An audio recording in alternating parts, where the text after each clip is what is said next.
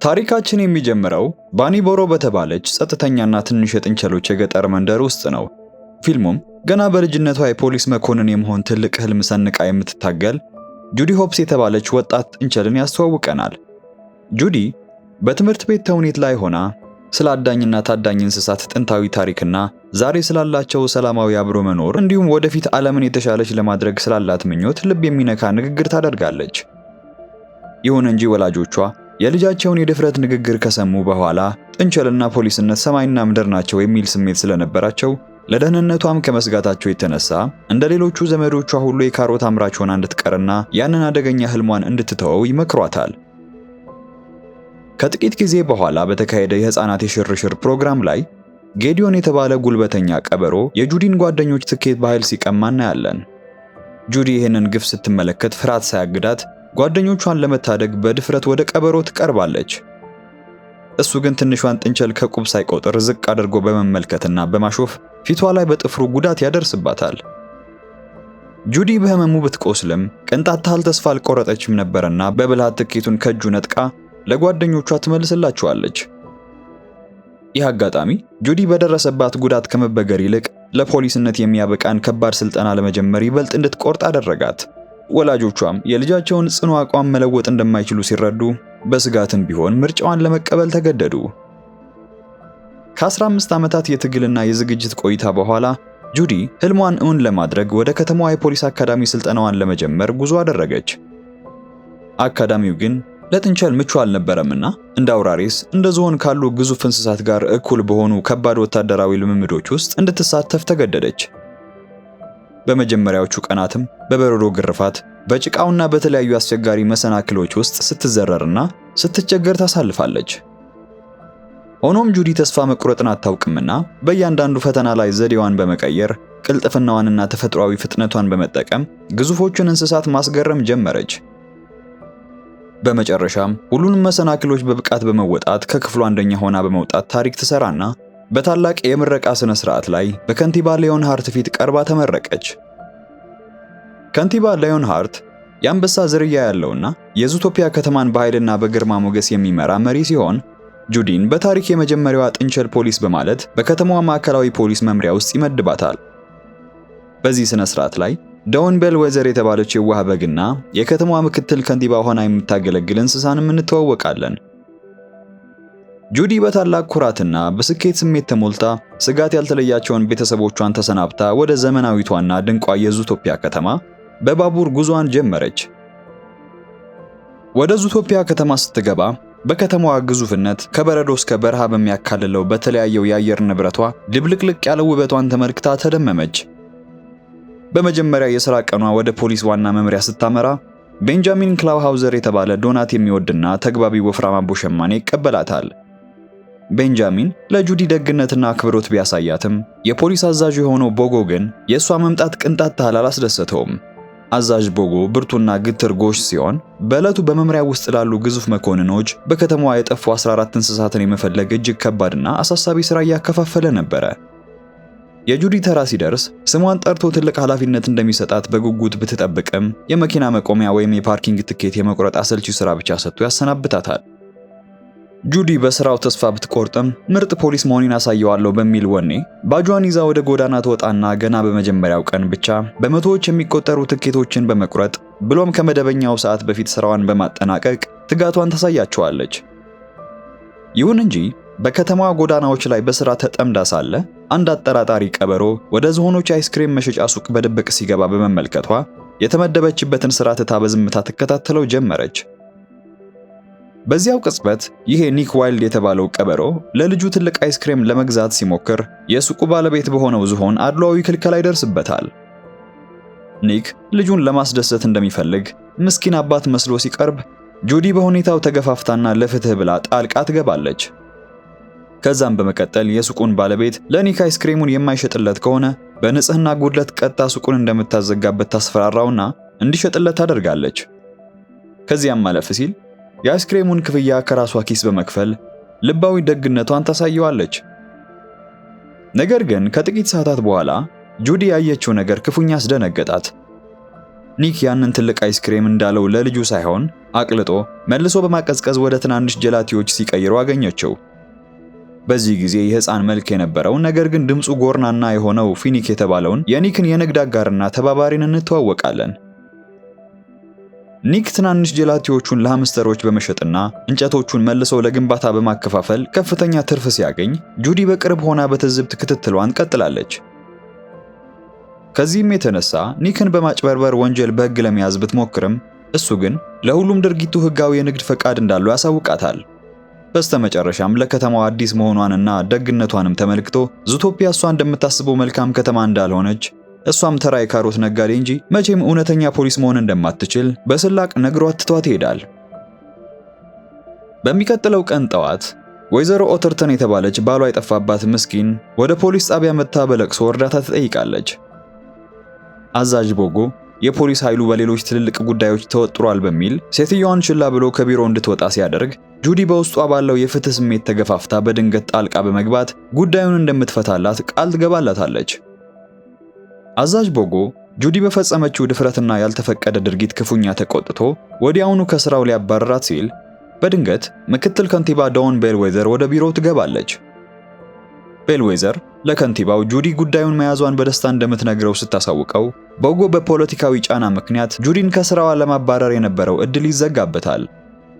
ሆኖም አዛዥ ቦጎ በቀላሉ ሊተዋት አልፈለገምና በ48 ሰዓታት ውስጥ የጠፋውን ሚስተር ኦተርተንን ካላገኘች በገዛ ፈቃዷ ከስራ እንድትለቅ አንድ መርዛማ ቅድመ ሁኔታ ያስቀምጥላታል። ጁዲም ከመስማማት ውጪ ሌላ ምርጫ አልነበራትምና የተሰጣትን በጣም ቀጭን ፋይል ስትመረምር ሚስተር ኦተርተን ከመጥፋቱ በፊት የኒክን ጀላቲ ሲበላ በፎቶ ላይ በድንገት ትመለከታለች። ብቸኛው ፍንጩ እሱ መሆኑን ስትረዳም ኒክን ፈልጋ በማግኘት ያደረሰባትን ስድብና ስላቅን የምትበቀልበት ዘዴ ማግኘቷን ይገባታል። እንዳገኘችውም ለዓመታት የፈጸመውን የግብር ማጭበርበር ወንጀል በሚስጥር በቀረጸችው ድምጽ መቅጃዋ መዝግባ ካልተባበርከኝ እስር ቤት ትገባለህ ስትል በፍርሃት ታስገድደዋለች። ኒክ በጥንቸል በመበለጡ ቢበሳጭም ሳይወድ በግዱና አጣብቂኝ ውስጥ ሆኖ ከጁዲ ጋር በመሆን ሚስተር ኦተርተንን ፍለጋውን ይጀምራል። ኒክም በመጀመሪያ መረጃ ለማግኘት ያክስ የተባለ አንድ ክለብ የሚመራ ያክ ወደሚገኝበት ቦታ ይወስዳታል። እንዳገኙትም ስለ ሚስተር ኦተርተን መኪና የሰሌዳ ቁጥር ዝርዝር መረጃ ሲሰጣቸው መረጃውን በአድናቆት መዝግባ የሰሌዳውን ቁጥር ባለቤት ለማወቅ ወደ መኪና መመዝገቢያ ክፍል ያመራሉ። እዚያም ፍላሽ የተባለና ኒክ የሚያውቀው እዛ የሚሰራ አዝጋሚ እንስሳ ያስተናግዳቸዋል። ፍላሽ እያንዳንዱን ቃል፣ ፊርማና እንቅስቃሴ በከፍተኛ መዘግየት ስለሚያከናውን 48 ሰዓቷ እያለቀባት ያለችው ጁዲ በጭንቀት ትቁነጠነጥ ነበር። ኒክ ግን በተቃራኒው ሁኔታዋ አስደስተው ይመስል ሁኔታው ይበልጥ እንዲዘገይ ሆን ብሎ ለፍላሽ ረጅም ቀልድ በመንገር ጊዜዋን ያባክንባት ነበረ። በመጨረሻም ከብዙ ሰዓታት ጥበቃ በኋላ መረጃውን ሲያገኙ ታርጋው ቱንድራታውን በተባለው በረዷማ የከተማው ክፍል ወደሚገኝ የመኪና ኪራይ አገልግሎት የሚመራ መሆኑን ይረዳሉ። እዛም ደርሰው አሰሳ እንዳደረጉ የመኪናውን ታርጋ ያገኙና ወደ ውስጥም ገብተው ሲፈትሹ የሚስተር ኦተርተንን መታወቂያ ያገኙታል። ይሄ ብቻ ግን አልነበረም። በሊሞዚኑ የውስጥ ክፍል በኃይል የተቦጫጨሩ ምልክቶችንም ጭምር ነበር ያገኙት። በዚህ መሃል ኒክ መኪናው የማን እንደሆነና ባለቤቱን በነፍስ እንደሚፈልገው ተረድቶ ለማምለጥ ሲዘጋጅ የመኪናው ባለቤት ጋርዶች በሆኑት ግዙፍ ድቦች ተይዘው ወደ አንድ ትልቅና ግርማ ሞገስ ያለው መኖሪያ ቤት ይወሰዳሉ። እዚያም የዚህ ሁሉ አለቃ የሆነውና መላውን የከተማውን የታችኛው ዓለም ወንጀለኞች የሚመራ ነገር ግን እጅግ ትንሽ አይጥ የሆነውን ሚስተር ቢግ የሚሉትን እንተዋወቃለን። ሚስተር ቢግ እና ኒክ ከዚህ በፊት ይተዋወቃሉ። ኒክ አጭበርባሪነቱን ተጠቅሞ ቀደም ሲል እጅግ ውድ የሆኑ የሱፍ ምንጣፍ ይሸጠለት በማስመሰል የቆሸሸ ቆዳ ሸጦ አበርክቶለት ስለነበር ድጋሚ ካገኘው እንደማይመረው ነግሮታል። ታዲያ ዛሬ እጁ ሲገባለት በንዴት ተሞልቶ ሁለቱንም ጠላቶቹን ወደሚያስወግድበት ወደ በረዶ ባህር ውስጥ እንዲጥሏቸው ያዛል። ሆኖም በመሃል ፍሩ የሚሏት ሴት ልጁ በድንገት ወዳሉበት ትመጣለች። የሰርጓ ዕለት ነበረና እንዲህ አይነት ስራ በዕለቱ እንደማያደርግ ቃል ገብቶላት እንደነበረ እየነገረችው ሳለ ጁዲን ስትመለከታት ቀደም ሲል ወንጀለኛ ስታሳድድ ሊወድቅ ካለ ትልቅ ዶናት ህይወቷን የታደገችላት ፖሊስ መሆኗን አስታውሳ ያደረገችላትን ውለታ ለአባቷ ትነግረዋለች። በዚህም ምክንያት ሚስተር ቢግ ጁዲ ለልጁ ስለዋለችላት ውለታ ሲል ሁለቱንም ይምራቸውና በተጨማሪም ሚስተር ኦተርተንን ለማግኘት ሊተባበራቸው እንደሚፈልግ ያሳውቃቸዋል። ሚስተር ኦተርተን የግሉ አትክልተኛ ነበርና የጠፋለት ሊያናግረው ፈልጎ ጠባቂዎቹ በዛ ሊሞዚን ወደሱ ይዘውት እየመጡ ባለበት በድንገት ወደ አውሬነት ተለውጦ ሹፌሩን እንዳጠቃው ይነግራቸዋል። ሆኖም ሚስጥሩን ይበልጥ ለማወቅ እንዲረዷቸው ሚስተር ኦተርተንን ሲያሽከረክር የነበረውን ማናስ የተባለ ጥቁር ግስላ እንዲያገኙ ይመክራቸዋል። እንደተጠቆሙትም ሁለቱ ወደ ማናስ ቤት ሄደው ሲጠይቁት እሱም ናይት ሃውለርስ ስለተባሉ ነገሮች ያወራላቸውና ሚስጥሩን ሊገልጥላቸው ባለበት ወቅት በድንገት አይኑ ቀልቶ ወደ አውሬነት ተቀይሮ ያጠቃቸዋል። ጁዲና ኒክ በሞትና በሕይወት መካከል ሆነው ለጥቂት ካመለጡ በኋላ ወደ ቦታው ፖሊስ ቢጠሩም አዛዥ ቦጎና ቡድኑ ሲመጡ ግን ማናስን በቦታው ፈጽሞ ሊያገኙት አልቻሉም። አስቀድሞም በጁዲ ብቃት የሚጠራጠረው አዛዥ ቦጎ ውሸታም እንደሆነችና ምርመራውንም አሁኑኑ እንድታቆም ይነግራታል። ሆኖም ኒክ ባልተጠበቀ ሁኔታ በድፍረት ጣልቃ ይገባና ከሰጣት 48 ሰዓታት ውስጥ ገና 10 ሰዓት እንደሚቀራት ተከራክሮ ይዟት ይሄዳል። ወጥተው ሲሄዱ በሁለቱም መካከል ያለው ግንኙነት ከሥራ ባልደረባነት አልፎ ወደ ወዳጅነት መለወጥ ጀመረ። ኒክ ሁልጊዜ ከፊቱ የማይጠፋውን ያንን የስላቅ ፈገግታ ገለል አድርጎ በልጅነቱ የደረሰበትን መጥፎ ትዝታ ለጁዲ ያካፍላታል። ኒክ ትንሽ እያለ የስካውት ቡድን አባል ለመሆን እጅጉን ፈልጎ የነበረ ቢሆንም በዚያ የቡድን አባላት ቀበሮ ስለሆነ ብቻ አዳኝ ነው አይታመንም በሚል ጥላቻ አስገድደው አፍ መሸፈኛ እንዳደረጉበትና እንዳሳፈሩት ይነግራታል። ዓለም ቀበሮን የማይታመን አድርጋ ካየችው እኔም ሌላ ለመሆን ለምን እደክማለሁ በማለት ከዚያን ጊዜ ጀምሮ ለማንም እንስሳ ድክመቱን ላለማሳየትና እንደታሰበውም ተንኮለኛ ሆኖ ለመኖር እንደወሰነ ለጁዲ ያስረዳታል። ጁዲ በታሪኩ ልቧ ተነክቶ ጠጋ ብላ ለኒክ ያላትን አድናቆትና አሁን በቅርብ ስላወቀችው ያላትን ደስታ ትገልጽለታለች። ምርመራቸውን ለመቀጠል ወደ ምክትል ከንቲባ ቤልዌዘር ቢሮ በመሄድ የከተማውን የደህንነት ካሜራዎች የመመልከት ዕድል ያገኛሉ። በካሜራው ላይ ማናስ በሌሊት በታጠቁና አስፈሪ በሆኑ ተኩላዎች ተይዞ ወደ አንድ ራቅ ወዳለ ቦታ ሲወሰድ ይታይ ነበር። ያ ቦታ ክሊፍሳይድ የተባለና በውሃ የተከበበ ከፍተኛ ጥበቃም የሚደረግለት የሕክምና ተቋም ነበረና የጠፉት 14 እንስሳትም እዚያ ሊገኙ ይችላሉ በሚል ተስፋ ሁለቱም በድብቅ ወደ ተቋሙ ሰርገው ለመግባት ይወስናሉ። ወደ ክሊፍሳይድ ተቋም ደርሰው በድብቅ ሰርገው ሲገቡ ጁዲና ኒክ ያዩትን ነገር ማመን አልቻሉም። የጠፉት 14 እንስሳት በሙሉ በብረት ሳጥን ውስጥ ታስረው ነበር ያገኟቸው።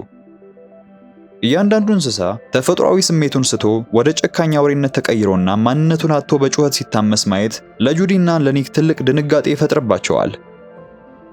በዚያው ቅጽበት ከንቲባው ላዮንሃርት በዛ ከሚሰራ ሐኪም ጋር ሆኖ ጉዳዩን በሚስጥር ለመያዝ ሲነጋገር በመስማታቸው ጁዲ ወዲያውኑ ስልኳን አውጥታ የከንቲባውን ሚስጥራዊ ንግግርና የታሰሩትን እንስሳት በቪዲዮ መቅረጽ ጀመረች። ከንቲባው ሁኔታው በአደባባይ ከወጣና ከታወቀ መፍትሄንም በአፋጣኝ ካላገኘው ስልጣኔን ላጣ እችላለሁ በማለት ሲናገር አላወቀም እንጂ የሚናገረው ሁሉ በቪዲዮ ማስረጃ ላይ በግልጽ የተቀመጠ ነበረ። በድንገት ግን የጁዲ ቤተሰቦች በመደወላቸውና የስልኳም ጥሪ ድምጽ በመሰማቱ ከንቲባው በክፍሉ ከነሱ ውጭ ሌላ ሰው እንዳላውቋልና ከቦታው ሲሸሽ ሐኪሙም የታጠቁ ተኩላዎችን ይልክባቸዋል። ጁዲና ኒክ በሞትና በሕይወት መካከል ሆነው በሽንት ቤት ቱቦ በኩል አምልጠው በመውጣት 14ቱም ጠፉ የተባሉት እንስሳት እንደተገኙ ለፖሊስ መምሪያው መረጃ ይሰጣሉ። ብዙም ሳይቆይ ፖሊሶች አካባቢውን ከበው ከንቲባ ላዮንሃርትንና ሐኪሞቹን በቁጥጥር ስር ሲያውሉ ጁዲም ከተማዋን የታደገች ታላቅ ጀግና ተብላ ተቆጠረች። ይህን ተከትሎም በፖሊስ መምሪያው ውስጥ በዓለም አቀፍ ጋዜጠኞች ፊት መግለጫ እንዲሰጡ ይጋበዛሉ።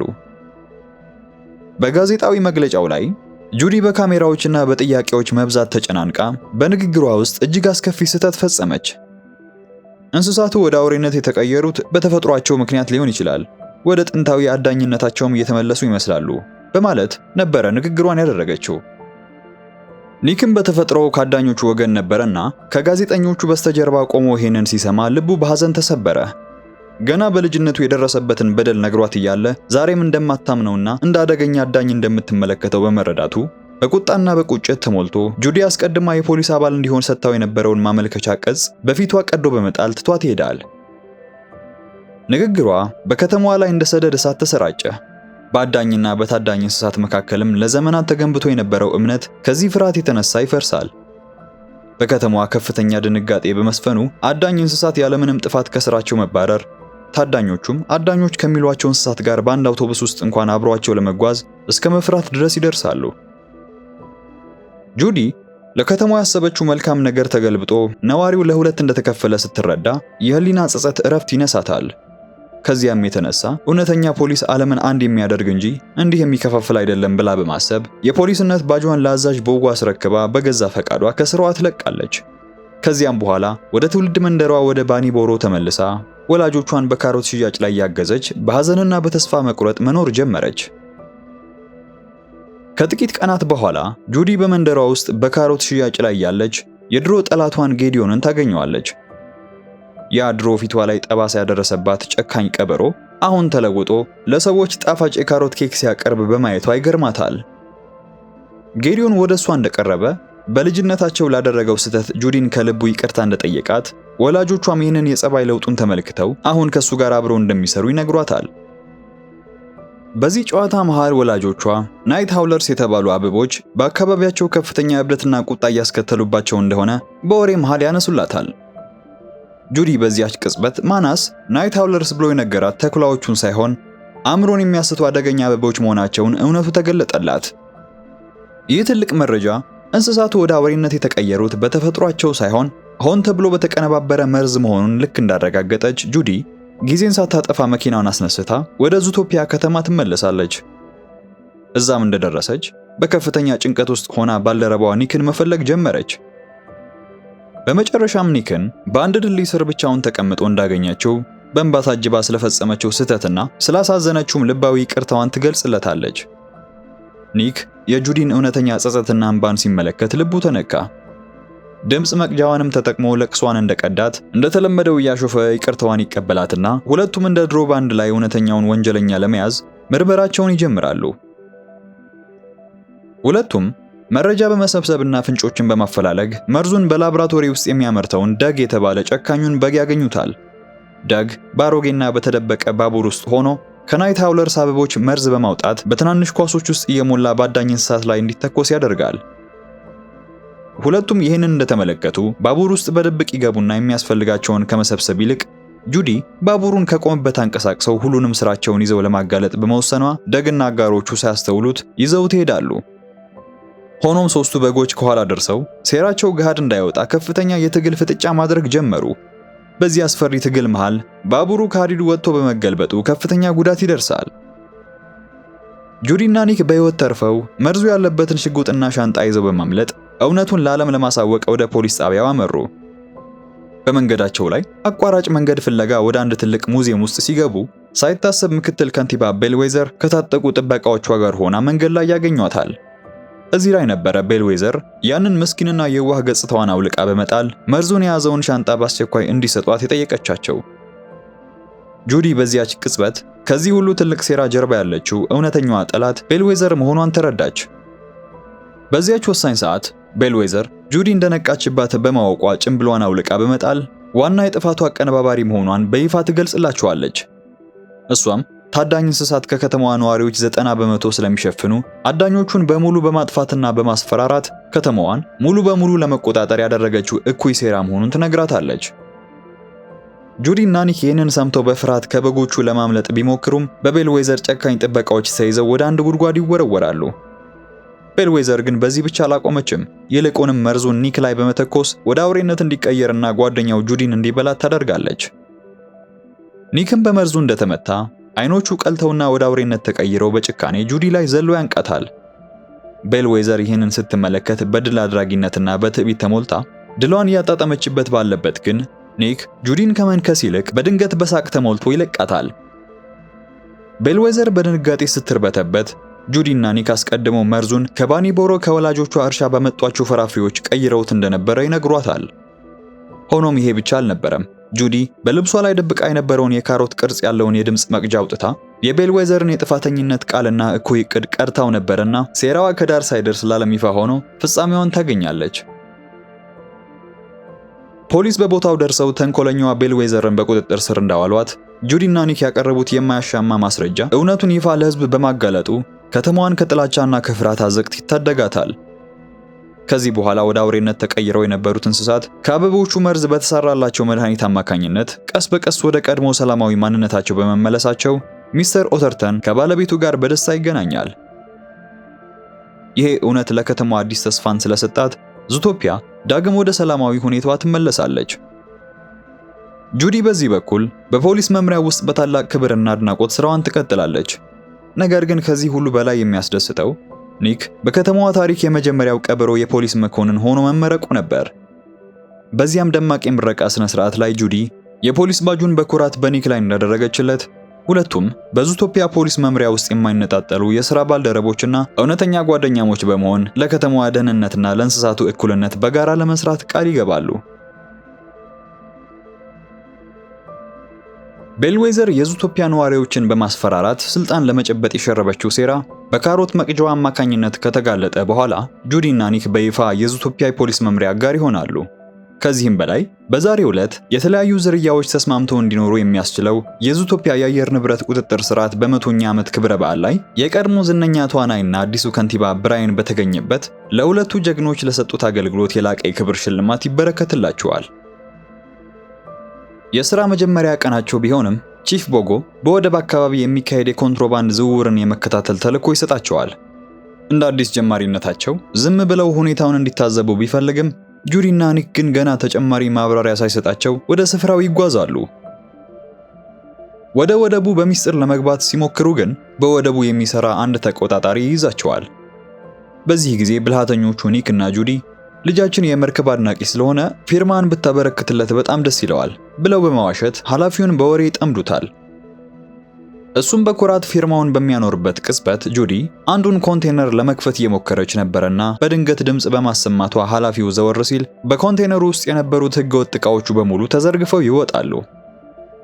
ወንጀለኛው እንደተጋለጠ ስለገባው መኪናውን ይዞ ሲፈረጥጥ ጁዲና ኒክ ጊዜ ሳያባክኑ በአቅራቢያቸው የነበረን የአንድ ሲቪል መኪና በፖሊስ ስልጣናቸው ተረክበው ማሳደዱን ተያያዙት። ይህ አስፈሪ የጎዳና ላይ ፍጥጫ መላዋን ዙቶፒያን ምስቅልቅል ውስጥ ከመክተቱ የተነሳ አዲሱ ከንቲባ ለታላቅ የሐውልት ምርቃት ባዘጋጁት ደማቅ የክብር ስነ ስርዓት ላይ ጁዲና ኒክ የሚያደርጉት አሳዶ መያዝ ከቁጥጥር ውጭ ሆኖ የከንቲባውን አዲስ ሐውልት እስከ ማፍረስ ድረስ ይደርሳል።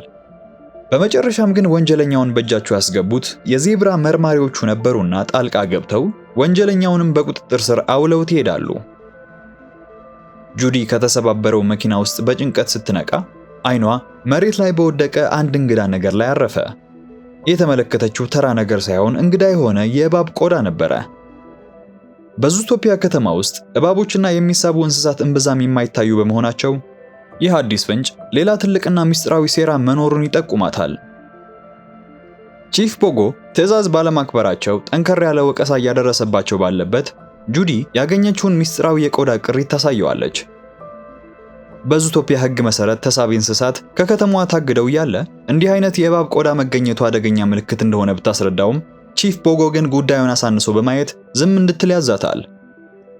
ይሁን እንጂ ሌሎቹን ፖሊሶች እንዳስወጣ ወደ ኋላ ያስቀራቸውና በግል ለከተማዋ ላበረከቱት አስተዋጽኦ ትልቅ ክብር እንዳለው ገልጾ እንዲህ ያለውን ግትርነት ካልተው ግን ሁለቱንም ለመለያየት እንደሚገደድ ያስጠነቅቃቸዋል።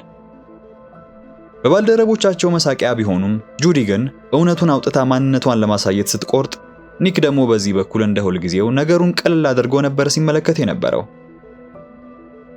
ሁለቱም ወደ የቤታቸው እንደተመለሱ ጁዲ በድንገት በቴሌቪዥኗ ላይ የዜና ጣቢያው የከተማዋ መስራች የሆነው የኤቤኔዘር ሌንግስሊ ውድ ማስታወሻ ደብተሩ ዛሬ በሚካሄደው የክብር ድግስ ላይ ለሕዝብ እይታ እንደሚቀርብ ሲነገር ትሰማለች። ይህ ደብተር ከታዋቂውና አስፈሪው የእባብ ጥቃት በኋላ ተደብቆ ቆይቶ ዛሬ ለመጀመሪያ ጊዜ መውጣቱ ነበር።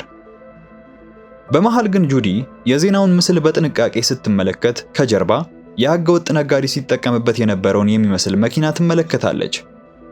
በመቀጠልም በኢንተርኔት ላይ አጭር ፍለጋ አካሂዳ ኒብልስ የተባለች እንስሳ የምታስተላልፈውን የሴራ ትንተና ታገኛለች።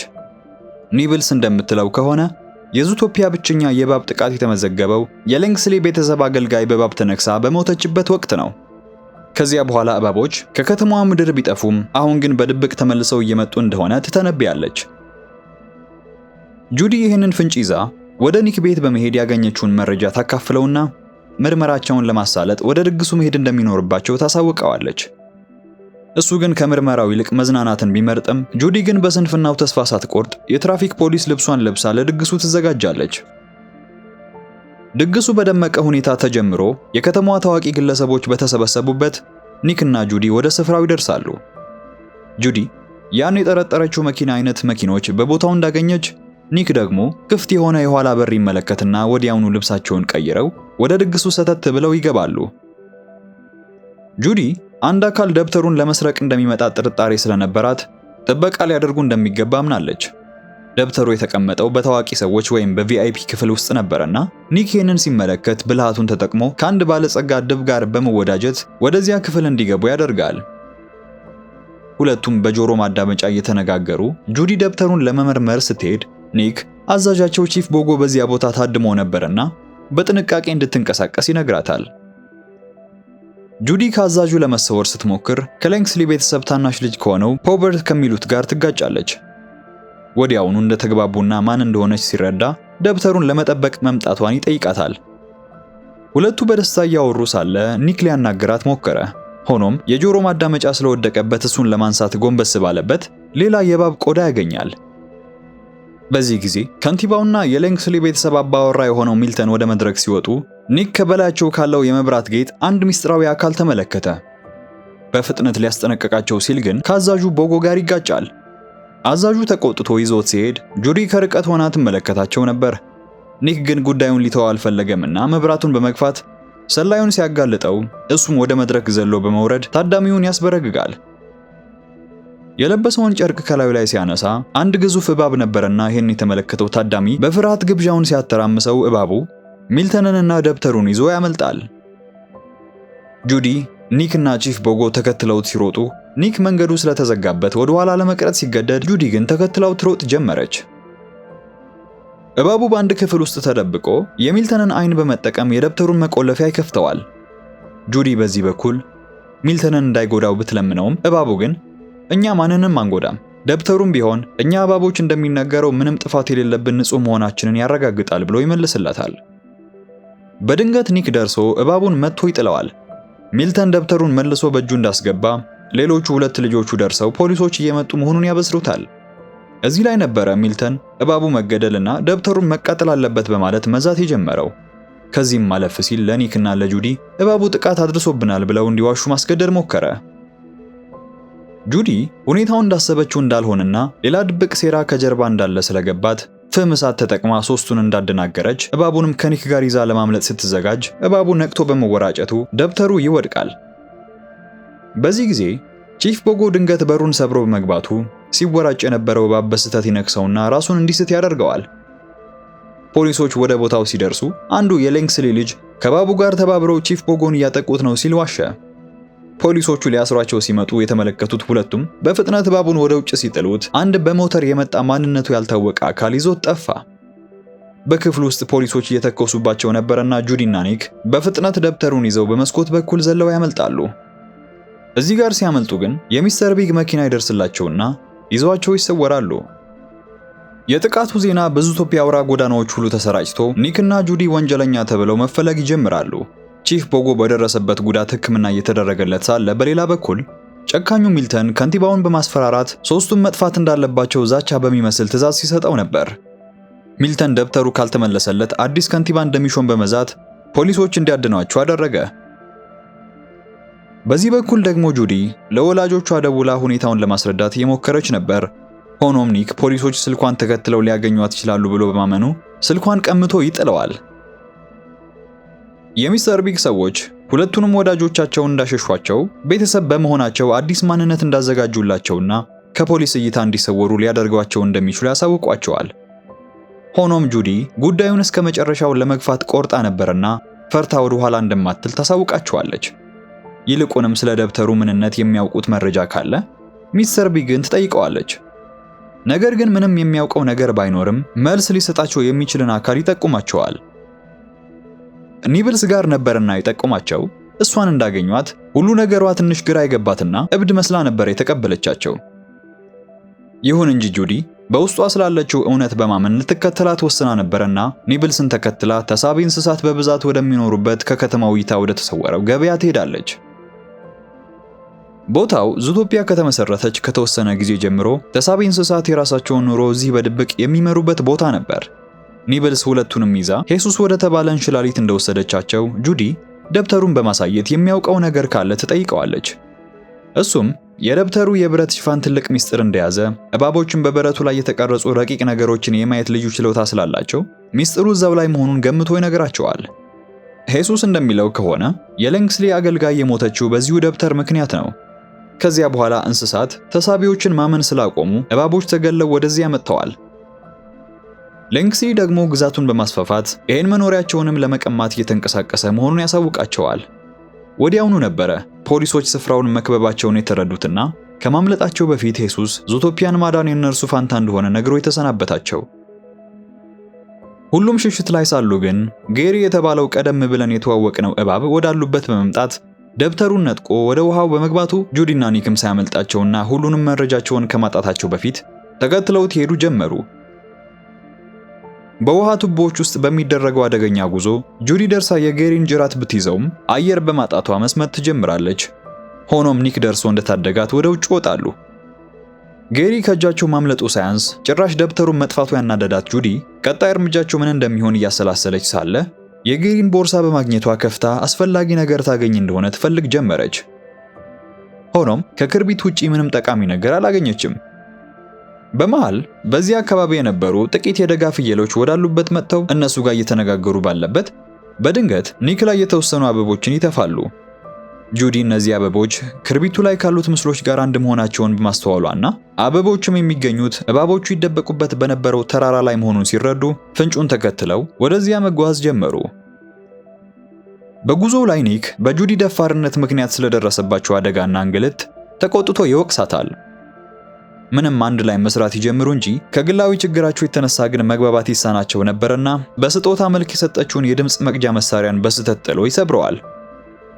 ኒክ ወዲያውኑ ነበር የሰራው ስራ ፈጽሞ ስህተት መሆኑን የተረዳው። ነገር ግን ቀድማ ጌሪን ወደሚፈልጉበት ቤት ገብታ ነበርና በጸጸት እየተከተለ ስሟን ይጠራት ይጀምራል። በዚህ በኩል ፖሊሶቹ ፈለጋቸውን ተከትለው ያሉበትን ቦታ ደርሰውበት ነበር። ጁዲ አሰሷን ስትቀጥል በአንድ የምርመራ ሰሌዳ ላይ የሌንግስሊ ቤተሰብ የእባቦችን መኖሪያ ሰፈር እንዴት እንዳፈራረሱ የሚያሳይ ሚስጥራዊ መረጃ አገኘች። ኒክ ደርሶ በፖሊሶች መከበባቸውን ቢነግራትም እሷ ግን መረጃውን ለመሰብሰብ ትጥር ነበረ። ኒክ ይህንን ሲመለከት ለዚህ ጉዳይ መሞት አይገባንም ብሎ በቁጣ ይናገራታል። ጁዲ ግን እኛ ካልተጋደልን ዓለም አይቀየርም ስትል በቁርጠኝነት ትመልስለታለች። ፖሊሶች ቤቱን ሰብረው ሲገቡ መላው ህንፃ መፈራረስ ጀመረ። በዚህ መሃል ኒክ በፖሊሶች እጅ ይወድቃል። ጁዲን ሊይዙ ሲሉ ግን የእባቡ ሚስጥራዊ ጓደኛ ሆኖ የቆየው ፖበርት በድንገት መጥቶ ያድናታል። ኒክ በካቴና ታስሮ ወደ እስር ቤት ሲወሰድ ጨካኙ ሚልተን ደርሶ መላው ሰፈር እንዲፈርስ ትዕዛዝ ሰጠ። ኒክ ወደ እስር ቤት ሲገባ በቦታው የድመት ጸጉር በመገኘቱ ልጁ እየተባበራቸው እንደሆነ አውቋልና ሚልተን ፖበርትንም ጭምር እንዲፈልጉት ያዛቸዋል።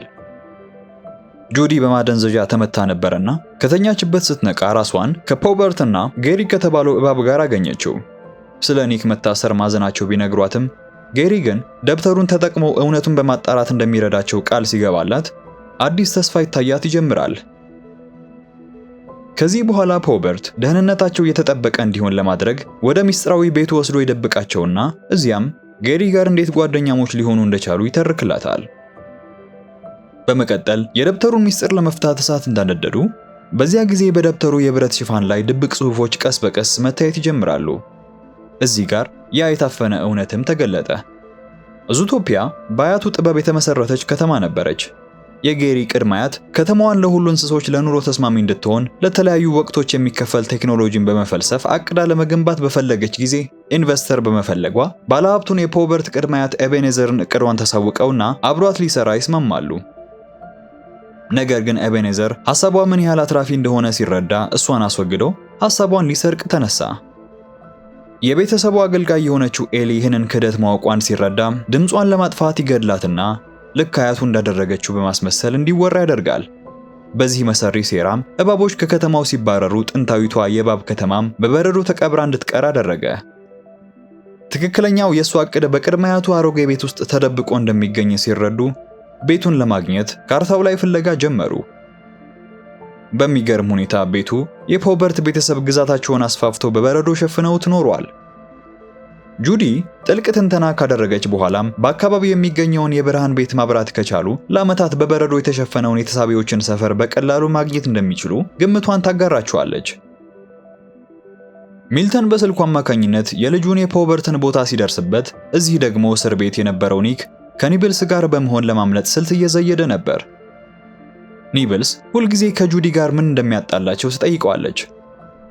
እሱም ለነፍሷ ሳትሳሳ የምታደርጋቸውን ውሳኔዎቿን ፈጽሞ እንደሚጠላቸው፣ የሚጠላበት ምክንያት ግን ድፍረቷ አንድ ቀን እሷን ያሳጣኛል ብሎ ስለሚሰጋ ብቻ መሆኑን ያሳውቃታል። ኒብልስ ይህንን ልብ የሚነካ እውነት እንደሰማች ጁዲን ለመርዳት በእንጨት የተቀረጸ ቁልፍ ተጠቅማ ከእስር ቤት ታስመልጠውና ፍላሽ በተባለው ዘገምተኛ እንስሳ እየበረሩ ወደ በረሃው ይነጉዳሉ።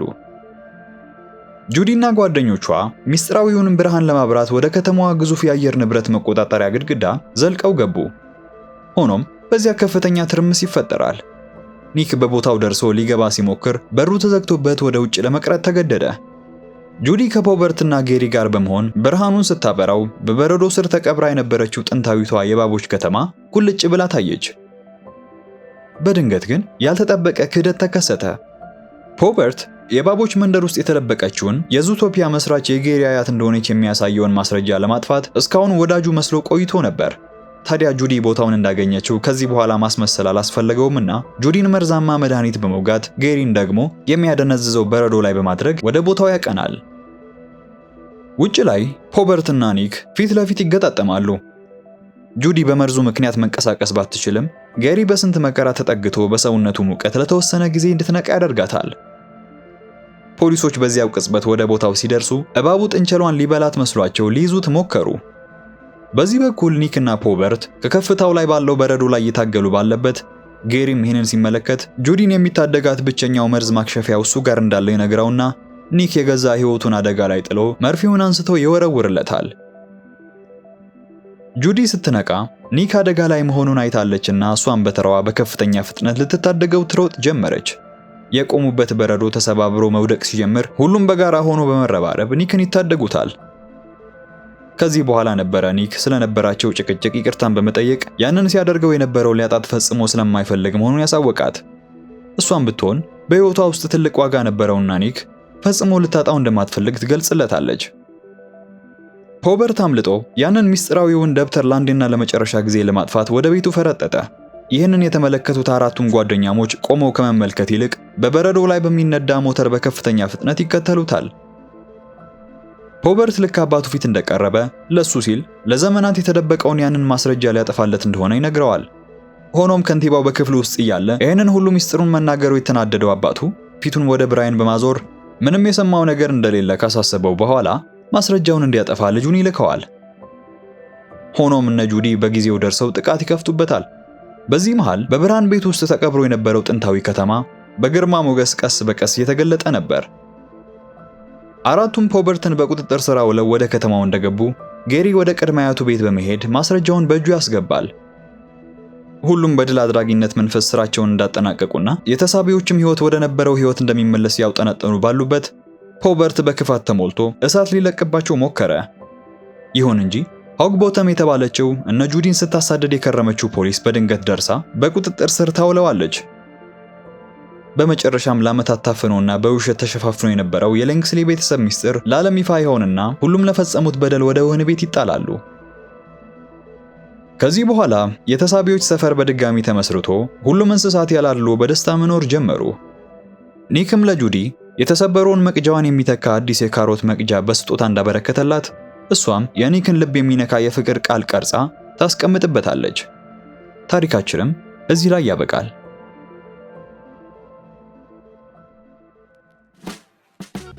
ዛሬ ያቀረብኩላችሁ ዙቶፒያ የተሰኘ ፊልም ቁጥር 1 እና ቁጥር 2ን ባጭሩ ነበር። ለቻናሉ አዲስ ከሆናችሁ ይሄ ቻናል አዲስና አሪፍ ፊልሞች ባጭሩ የሚቀርብበት ቦታ ስለሆነ ላይክ እና ሰብስክራይብ በማድረግ ቤተሰብ መሆን አትርሱ።